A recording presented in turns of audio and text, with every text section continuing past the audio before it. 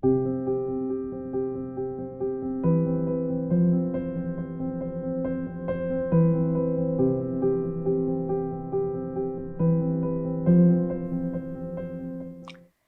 the Lord. I'll start with the prayer of Jeremiah, that is Jeremiah 1:6 onwards. Lord, put forth your hand and touch my mouth, and put your words in my mouth. Today I am going to talk about forgiveness and the importance of forgiveness. So let's start with the Lord's Prayer. Our Father who art in heaven, hallowed be thy name. Thy kingdom come, thy will be done on earth as it is in heaven. Give us this day our daily bread, and forgive us our trespasses as we forgive those who trespass against us. And lead us not into temptation, but deliver us from evil. So Bible is very clear. In Matthew 6:14 we read, if you forgive men their trespasses, then your Father in heaven will forgive you your trespasses. But if you do not forgive men their trespasses, then your Father in heaven will neither forgive you your trespasses. So to obtain mercy and pardon from heaven, the prerequisite is to forgive others. So that's a prerequisite. And when you talk about forgiveness, there are different levels of that. There are different dimensions to that. In some cases, it's very easy to forgive.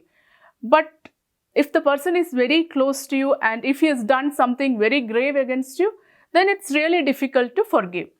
So recently, a friend of mine was sharing her experience with me. She told she's not happy in her marriage. She's married for a long time and she has a child. But she said there is no love between her and her husband. And she was finding it really difficult to be in that relation. She said there is no true love between them. And he is a little bit abusive and he finds fault with her and she finds it really difficult to live with him. So I told her about forgiveness and what Bible tells about forgiveness and the importance of forgiveness, and I explained everything. And then she said, it's very easy for you to say that because you haven't gone through what I have gone through.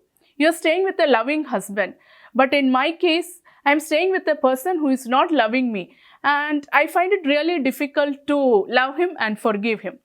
I told her, I understand that. I am not denying that it's not easy to forgive him.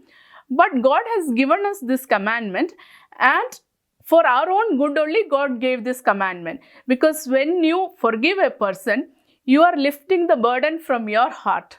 You are removing the hatred from your heart. And you become free and you become peaceful and you will become happy. So it's for our own good God has given this commandment. And He has given us a model to follow also. When He died on the cross, He forgave Judas of Iscariot who betrayed Him. It was a heart-wrenching experience for him. The anguish of his soul is clear in Psalms 55:12 onwards. Let me just read that. It is not an enemy who taunts me, then I could bear it. It is not an adversary who deals insolently with me, then I could hide from him. But it is you, my equal, my companion, my familiar friend. We used to hold sweet converse together. Within God's house, we walked in fellowship. So it was the close friend who betrayed him. So it was a very difficult situation. Still, he forgave Judas and gave us a role model. So you also try to forgive your husband and pray for him, and you will see a change in him. At least for your own happiness, you try to do that. She said, I'm not sure whether I can do that. I'll try. You pray for me. And this happened some 3 to 4 months back. And some 2-3 weeks back, she called me and she said she tried to forgive her husband and she started loving him and she's seeing an improvement in their relationship. So when she started forgiving her husband, God showed certain areas in her life that also needs to be changed. So she changed that and her husband could sense the change in her and he also started reciprocating.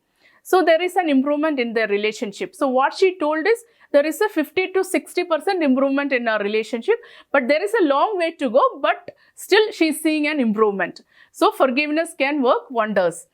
And I want to relate an incident in my life also. I find it really difficult to forgive other people. Even if they do a small thing, I find it really difficult to forgive them. So whenever someone hurts me, I rush to God and I tell him, this person has done this, I haven't done anything, I cannot forgive him. So once when I was struggling like that, I continuously heard a verse in my mind. It was from Ephesians 6:14, a part of it. And having done it all, to stand.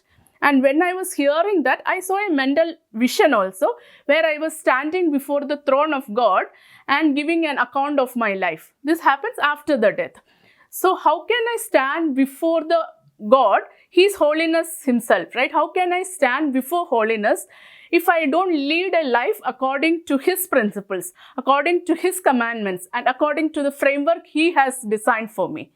So I set aside all my petty considerations and my petty arguments and I forgive, because God has asked us to forgive others. Then only we'll obtain mercy and forgiveness. And in any case, when you're filled with the love of God, it is easy to forgive. In Ephesians 3:12 onwards, we read,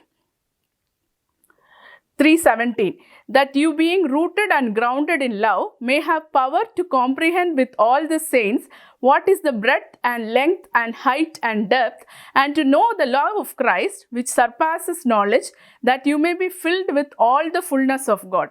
So when you're filled with the fullness of God, you don't crave for love from others. You don't crave for appreciation from others, because God will substitute that and God will make you forget that pain. So when you're filled with the love of God, when you're filled with his fullness, it's easy to forgive others. So forgiveness can reap wonders, and let's all try to forgive others and reap the benefit of it. Thank you.